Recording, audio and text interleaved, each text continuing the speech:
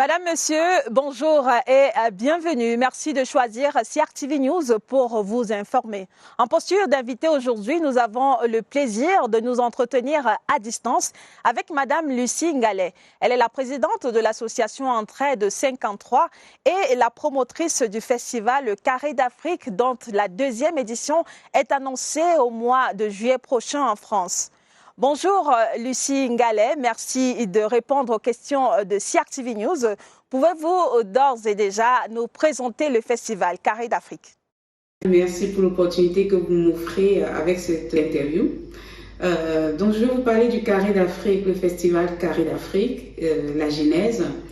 Tout part de mon parcours migratoire du Cameroun en Italie et puis mon installation en Mayenne et d'une formation en médiatrice linguistique et culturelle. J'ai créé tout d'abord l'association Entraide 53 en 2017 à Laval, et ceci par ma volonté de présenter les différentes cultures qui étaient présentes sur le territoire mayennais et d'aider à comprendre les codes culturels pour ainsi limiter les préjugés, mais surtout pour aider à la compréhension mutuelle des uns et des autres, afin de faciliter bien évidemment le vivre ensemble. Une espèce donc de pont entre les cultures, on va dire. Chemin faisant, dans ce parcours, je me suis rendu compte que les cultures les moins connues, de par mon expérience, étaient les cultures africaines. J'ai donc décidé par la suite de créer le festival Carré d'Afrique, qui se veut une vitrine de l'Afrique dans son authenticité. Alors, Lucie Ngalet, dites-nous pourquoi avoir choisi la ville de Château-Gontier en Mayenne pour ce festival Carré d'Afrique? D'abord parce que c'est ma région d'adoption.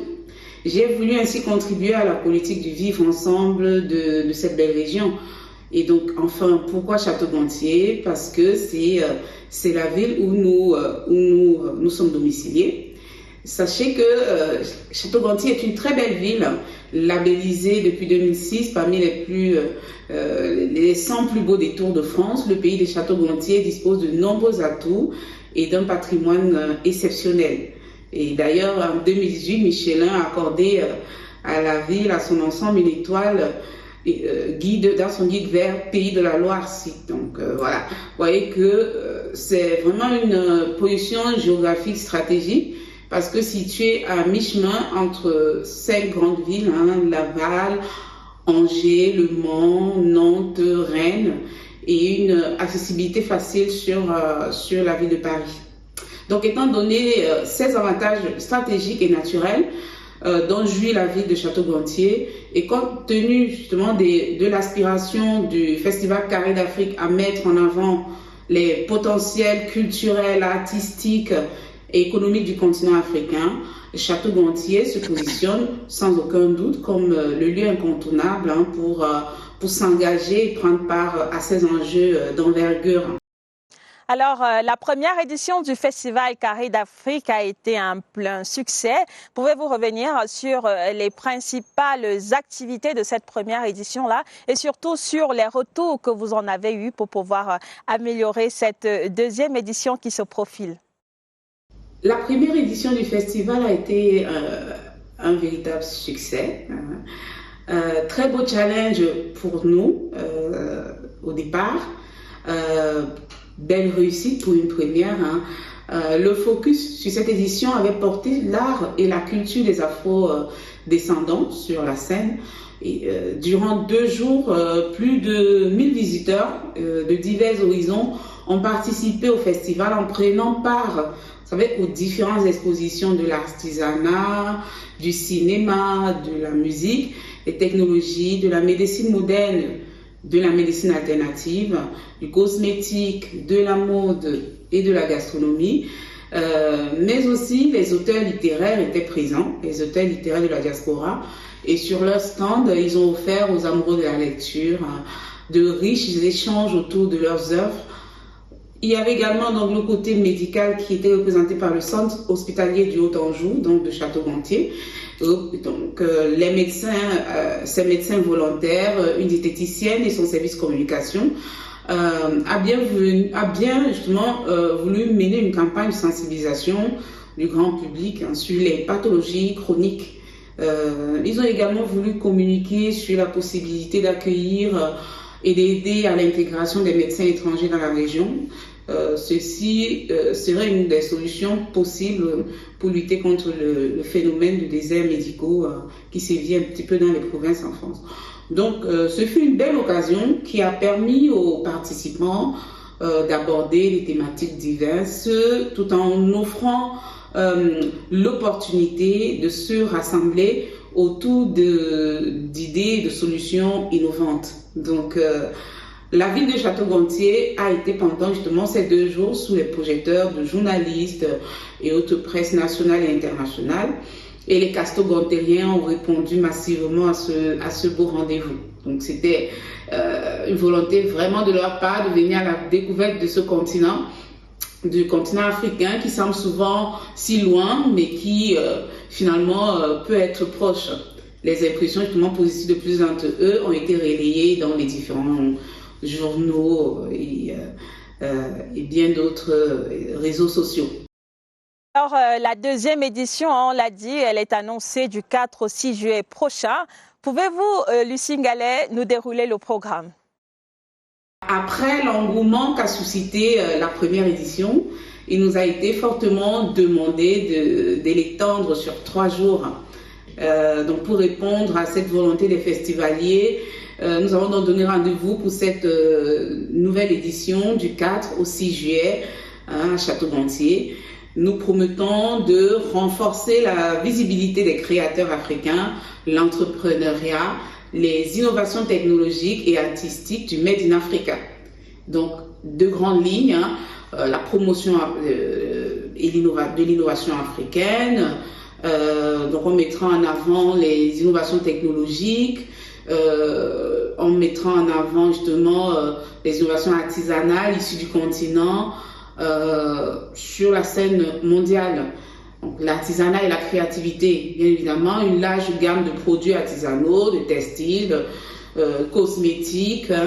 Donc tout ceci sera mis en exergue. L'entrepreneuriat africain. On parlera de ce volet également à travers les conférences et ateliers que nous allons justement mettre en place. Nous allons parler de l'investissement en Afrique et des innovations économiques qui permettront justement aux visiteurs d'apprendre et de réseauter sur des domaines, sur des experts, avec des experts du domaine. Parce que vous savez, c'est vraiment, le carré d'Afrique, c'est un carré de rencontres, mais également un carré justement de réseautage entre les investisseurs, les entrepreneurs qui viendront d'Afrique et de partout, mais qui viendront également à la rencontre de l'entrepreneur mayennais, à la rencontre de l'investisseur mayennais. Donc c'est l'occasion de nouer justement des relations d'affaires, de nouer des relations profitables aux uns comme aux autres. Donc culture et patrimoine, on parlera justement de la richesse culturelle de l'Afrique. Et bien d'autres choses. Donc, de belles surprises en perspective à cette nouvelle édition. Alors, au-delà de la célébration de la culture africaine, quels sont les autres messages que vous souhaitez mettre en avant à travers cet événement? Vous savez, Madame Essiane, aux yeux de nombreux analystes aujourd'hui, l'Afrique est l'Eldorado économique d'aujourd'hui et de demain. C'est un continent qui regorge de nombreuses opportunités pour les investisseurs privés. Sa population est jeune et de plus en plus nombreuse. Les ressources naturelles y sont. Cependant, les investissements et les innovations considérables sont nécessaires justement pour libérer le potentiel du continent. Donc, en ce qui concerne la diaspora africaine et afro-descendants, ils occupent justement un rôle central dans la mesure où ils sont à même aujourd'hui d'être les instigateurs d'un nouveau bilatéralisme nord-sud équitablement profitable. Donc le Festival Carré d'Afrique offre une excellente opportunité pour la France, plus particulièrement au département de la Mayenne, et aux acteurs de la diaspora d'identifier les opportunités et les relais de croissance partagés qui peuvent se traduire par des partenaires durables. Nous voulons, pour l'avenir de Carré d'Afrique, continuer d'établir ce pont entre l'Afrique et l'Europe. Nous comptons justement, dans le même ordre d'idées, organiser un voyage écotouristique en 2026 pour permettre aux Mayennais, aux Français, investisseurs ou simples visiteurs amoureux de l'Afrique ou des curieux qui veulent venir découvrir ce continent. Nous comptons faire justement ce voyage sur l'Afrique et la première destination sera le Cameroun. Ensuite, on va choisir au fur et à mesure les autres pays d'Afrique. Donc voilà, c'est vraiment pour continuer cet échange qui est installé, cette découverte des cultures entre les pays d'Afrique et puis les pays d'Europe. Donc l'idée de ce festival regroupant des participants venant des villes de la France, de l'international, est de faire justement vivre de manière authentique à 3 jours à Château-Gontier ce qu'est la vie au plus près en Afrique, mais aussi de créer des partenariats d'affaires entre les différents participants locaux et étrangers. Donc nous espérons justement qu'au travers de ce voyage culturel et économique, nous aurons apporté un plus à la connaissance de ce continent magnifique. Continent magnifique que les populations de Château-Gontier auront donc l'occasion de découvrir tout au cours de ce festival du 4 au 6 juillet prochain. Merci Lucie Ngalet d'avoir répondu aux questions de CRTV News. Et c'est moi qui vous remercie, Madame Essiane. Je vous remercie, ainsi que la CRTV, pour l'intérêt accordé à notre festival. Vous savez, originaire du Cameroun, je suis heureuse de savoir que nous serons suivis au Cameroun et dans la sous-région Afrique, et ceci grâce à vous. Donc c'est vraiment un réel plaisir pour nous de vous accueillir à Château-Gontier pour la prochaine édition du Festival Carré d'Afrique du 4 au 6 juillet prochain. Merci. C'est nous qui vous remercions. Madame, Monsieur, c'est ici que nous mettons un terme à cet entretien. Merci de rester sur CRTV News. Vous le savez, ici, toute l'info.